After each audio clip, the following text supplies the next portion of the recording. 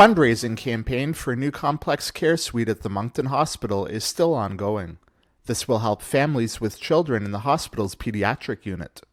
Peggy Wheaton, Director of Child Life Services, tells us more about the campaign and why it's so important.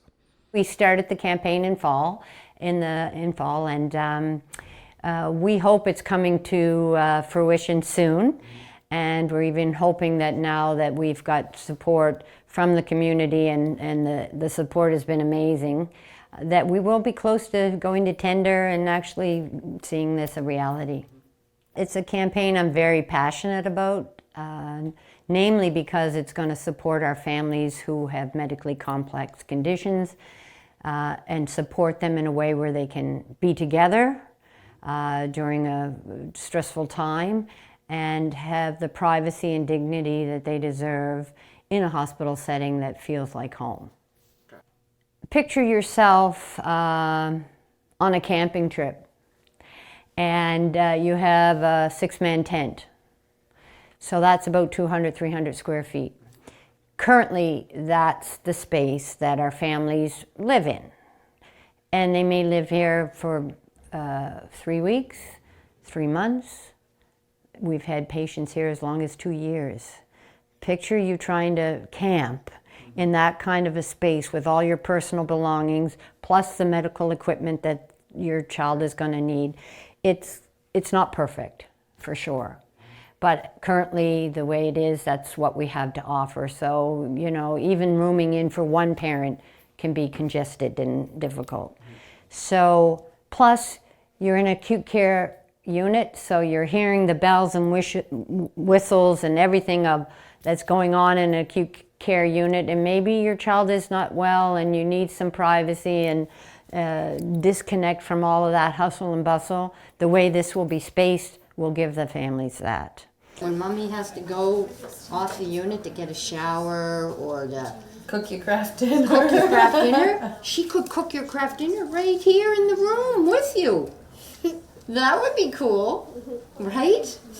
And know what else? Another new playroom. So even on the times that you were not isolated and had to stay in your room, you could still come and play with me in my new playroom. And then if you get tired of that, you can come back here and you can have a little sleep on the couch, or you could lay in your hospital bed, or you could help mom make your craft dinner, or what else? We have places to do your crafts. You know how we have to do your crafts on your bed and then your food tray's in the way and we have to move everything? Now, there's going to be a little desk. We can sit at our own little desk and we can make crafts. It's sometimes the small things that mean the most.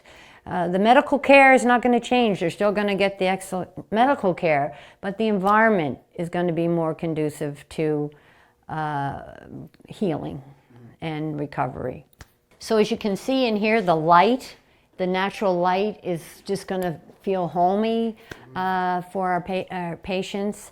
This space here, now all the toys of course will be gone, but this would be the head of the patient bed. Then this whole child life office, my office will be gone, and so that blows out all of this wall. So really, I mean, before your space was no bigger than 2 of these rooms, and now we're getting 4. So that's amazing. So then this area, this wall will be knocked out, and it will adjoin to the adjacent bedroom that we saw on the way in. All this cupboard space will be gone, and this area will be all kitchen.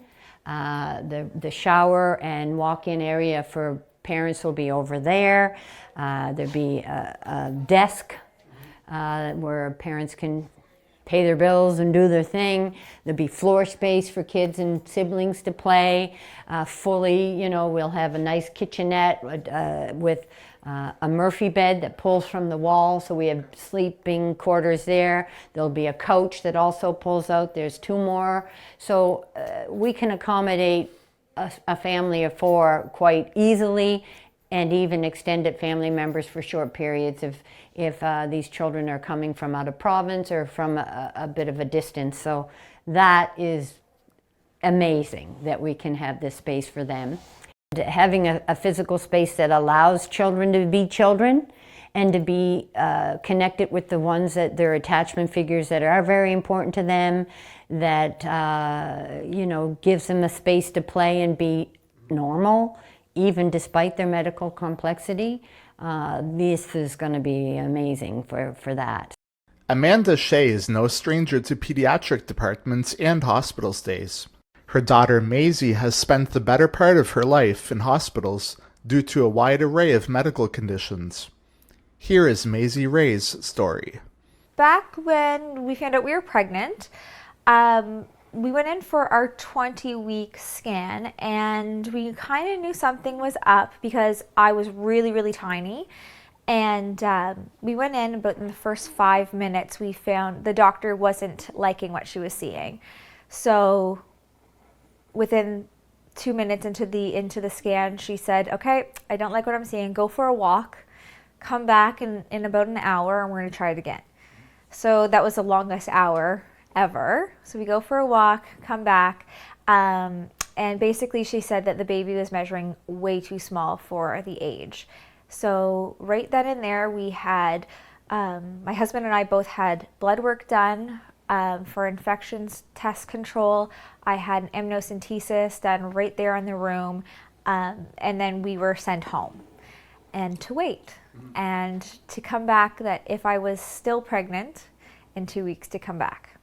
And so that was the, what do you mean if I'm still pregnant? Of course I'm going to be, because I was 20 weeks.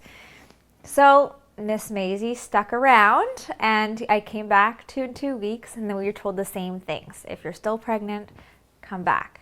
So we just kept coming back because she was not going anywhere. So that started all then. And then at 32 weeks, we found out that the baby had a heart condition. And then we were sent down to IWK. So at the time at the IWK, we found out that there was no heart surgeon available. So we had to make the decision whether to continue the pregnancy in Halifax or pack up our bags and move to Toronto. So very down to the last minute, we decided to go to Toronto, and so we didn't have to do any of the air transfer, and we knew that we were in the right spot, the right time, if we needed intervention. So we found out on a Thursday, and our first appointment was Monday morning in Toronto. So we packed our bags and off we went. We planned on having a natural birth, but everything with Maisie, planning wise, we've done the opposite. I wanted to maintain a really healthy, active pregnancy, and I was on bed rest. And then I wanted to have a natural birth, and it was a planned C-section. And of course I wanted to be at home, and we were in Toronto. So Maisie arrived by C-section at 38 and 2 weeks. So I made it to my due date, and she was born at 4 pounds, full term. And so she was a little tiny thing. We knew that she was going to be tiny. Out of our whole pregnancy, we had 45 ultrasounds, and normally you would have 2. So we had 45 ultrasounds. We didn't find out the sex, so Maisie was a surprise for us that we were having a little girl. We gave birth at Mount Sinai Hospital, which is directly across the street from Sick Kids. So if anything had to happen, we were right there. We stayed at the NICU at Mount Sinai for 2.5 weeks, and finally were able to go home. We had the all clear to go home. And in Maisie fashion, nothing is done in a small way. So we had a private medical flight back to Moncton City NICU. So they put her in this like big plastic tube for infants on flights. She was one of the first kids to go in this tube, so we had all the nurses and all the doctors wondering what this thing was. So Maisie's forever known at the Moncton City Hospital as like, "Oh, you're the family that arrived from Toronto with the kid in the missile." So, and that was Maisie's big arrival. So her and I came back to the Maritimes on a private jet. That was her first flight. Does a cow say? What does a cow say? Moo. What does a rooster say? Cock-a-doodle-doo, good girl. What does a cat say? At 6 months old, I went into her room. She had slept in that morning. And my husband actually had called from work and asked how the baby was doing. I said, well, she's still sleeping, but I'm watching her on the monitor. Everything's fine. He's like, I don't know. I just have a feeling you should go in and check on her. So I did, and I couldn't wake her up. So I found her unresponsive. She was still breathing, luckily. And I kept my calm, which is surprising. And I changed her, and I brought her out to the kitchen and threw water on her, and I couldn't wake her up. So that's when I called 911. And they brought her immediately into the hospital, and she was first diagnosed with failure to thrive, meaning she wasn't gaining weight because she was vomiting so much, and it was just this constant catch up. We were going through the hamster wheel of like feeding and throwing up, and she wasn't going anywhere with that. So we were admitted for failure to thrive, where they inserted an NG tube and were feeding her that way. Yeah. Maisie's medication regime, we started off with just a little dose of Lasix, which is like a water pill, as everyone knows it of, in the beginning for her heart, to make sure fluid stayed away from her lungs. And then once the 6-month mark hit, that's when we introduced 2 other medications, which are life-sustaining medications for her, and it's sodium bicarb, which is baking powder or baking soda, and sodium phosphate. And those are 2 things that we have in our bodies that are constantly being regulated by our kidneys. And with Maisie's condition, her kidneys spill both of those, so we have to replace them. So now, as we come along to where she is 3.5, Maisie is on 11 different medications that we have to give 5 times a day. So it's a lot. It must be stressful when you're not around, because you know the timetable, what the dosage is, so to trust somebody else. My husband and I know her medications by heart, and we know the doses by heart, and we have been given the responsibility from the pediatrics team as well as our pharmacist we know her best. So we know when she needs to go up on medications and down on medications.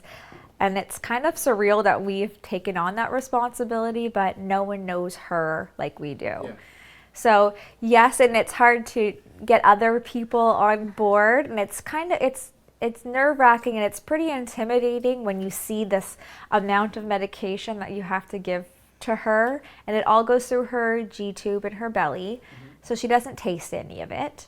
But it seems a little overwhelming, but it's not as scary as one would think. Once you've done it one time, it's like, okay, I got the hang of this, and we have a great team behind us.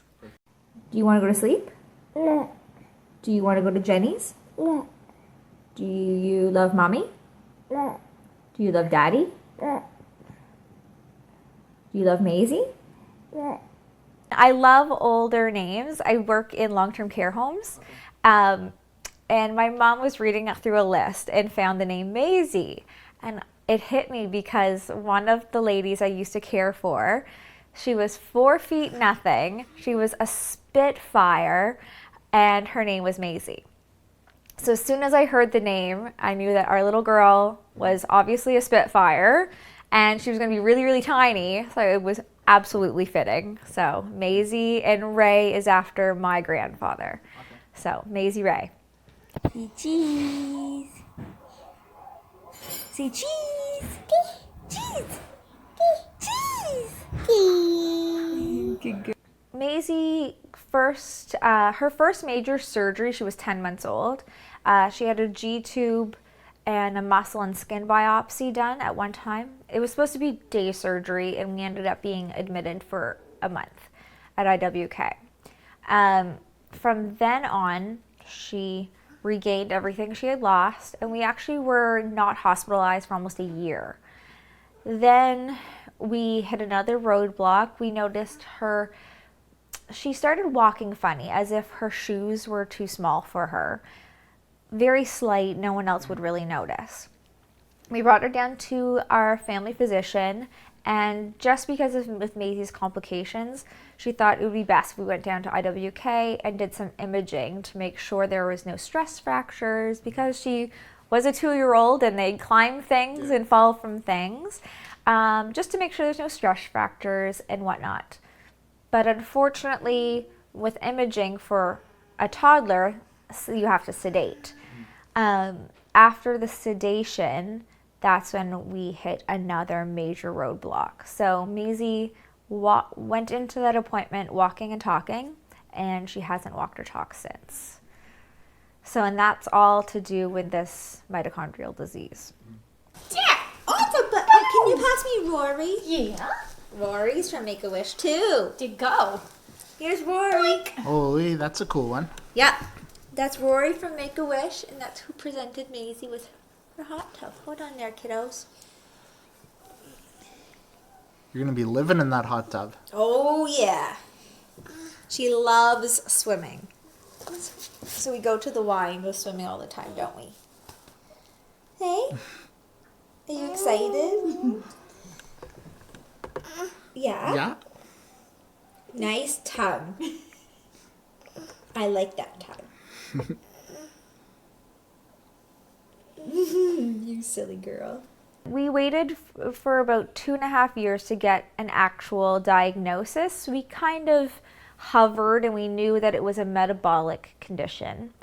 We didn't have a diagnosis until just recently, and we found out she has mitochondrial disease complex 1 deficiency. And unfortunately, there's really not a lot. It's a progressive degenerative disease. So we just truly, I never thought I could actually really mean to say this, but we live day by day. We have no idea what tomorrow is going to look like. So far, she's been doing great the last 3 weeks. And she's thriving, and she's happy and smiling still for everything that she's been through. So we just let her take the lead, and we just follow her and support her whenever we can. She puts so much effort in. I'm Maisie. Who's Maisie? Who's Maisie Ray? Does that name sound familiar? That would be me, Mama. We don't even say to Maisie that we're going to the hospital, so we're going to go see our friends, because that's what they are to her. We have spent, I wish I knew the hours, I wish I knew the days and months that we've spent at the hospital. Her first year of life, her first admission, she was only 3 weeks old, sorry. So she was 3 weeks old for her first admission, and that was just with a simple cold. So they have seen her from the NICU at 3 weeks, and then up until now, she's 3.5 years. So they've watched her grow up. They saw her take some of her first steps, say her first words. They've been with us from the very beginning, and their staff have literally held me up when I was on 30 plus hours of no sleep and in trauma happening, and staff has been called in from their homes because they know Maisie, and we get the special treatment there. Yeah. Have you built any friendships with some of the... Oh my gosh, yes. The nurses and staff, I said, in the best way, we've totally broken down the patient-staff stereotypical relationship, and they are friends, and we hug each other when we see each other, and it's not nurse so-and-so, we're on first name basis, and we have become friends. And one of the nurses was our next door neighbor in our neighborhood, so we go trick-or-treating at their house and give Christmas gifts to each other. That's how well we know them.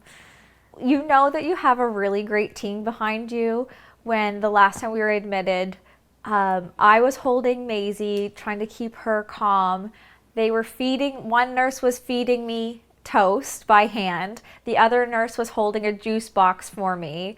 And then because we were leaving on a life flight, I had another nurse go around and find toothbrushes and toothpaste and pack our bags, and then give me her lunchbox to put Maisie's medication in.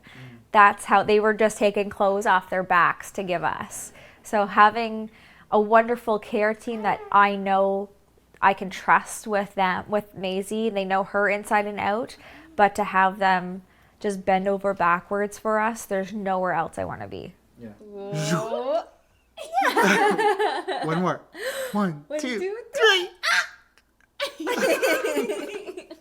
My husband and I will just have moments where we sit back and laugh and we're like, never thought that this would be our life. I mean, we were the type of people that when we found out we were pregnant, I was extremely healthy. I ate vegan my entire pregnancy even. Like, I was so strict and active, and we did all the right things. But no one can really prepare you for this life that we were, that the hand that we were dealt. And people always say that, like, you're so strong, how do you do it?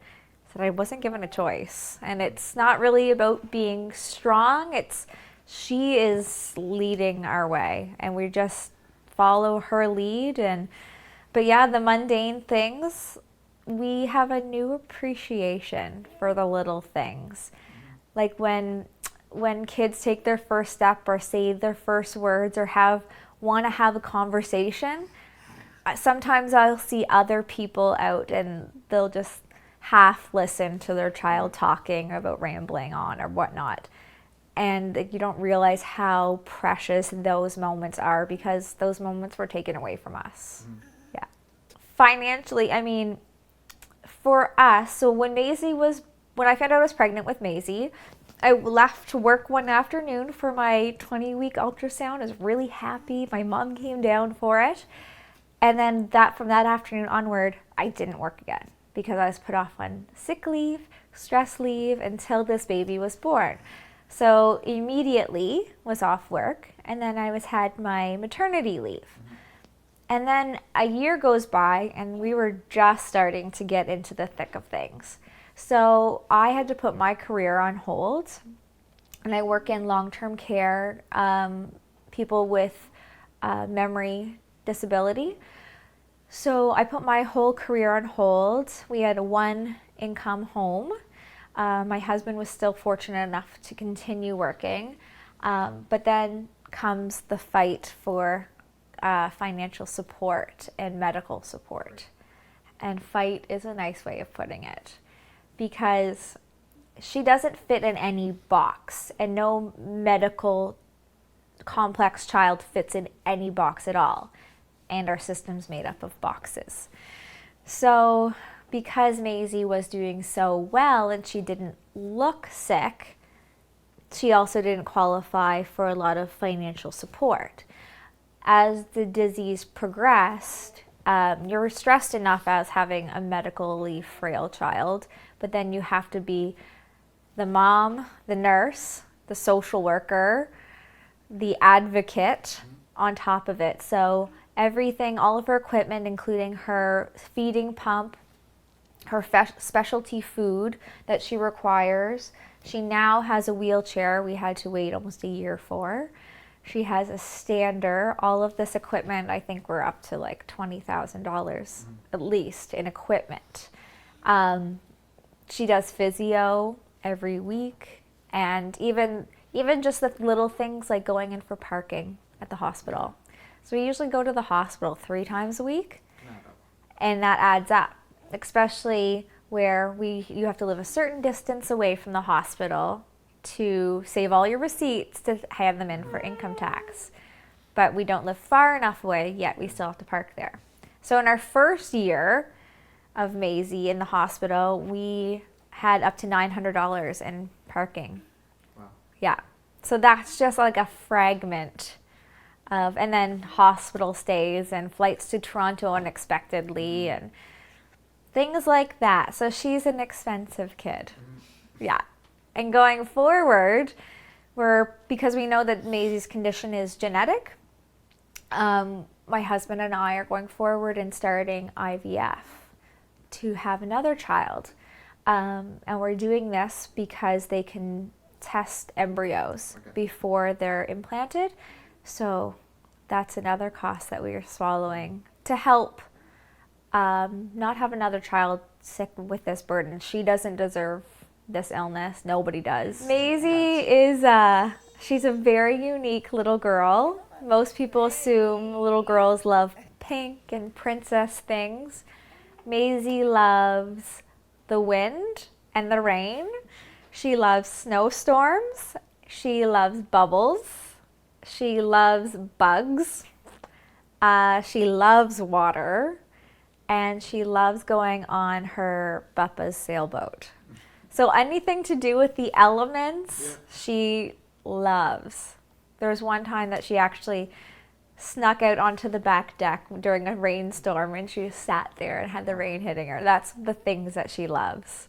So it's very simple things, and even toys. She was never a kid who loved toys. She loves people. So as long as you have a face and a voice, she will be your best friend. Yeah. Scott's wonderful. Maisie is daddy's girl, big time. She likes me, but I've been home with her for 3 years, so when daddy walks through the door, like, her whole soul brightens up. I'm the emotional one, and I throw my soul into everything, and Scott is our rock. He keeps us calm and collected, and will ask the right questions and ask questions I couldn't even come up with. Things like that. He just is on top of everything, and he's pretty much super dad and super husband. He working full time and then being a medical dad on top of it. And a medical girl dad. He loves being a girl dad. Daddy's the best.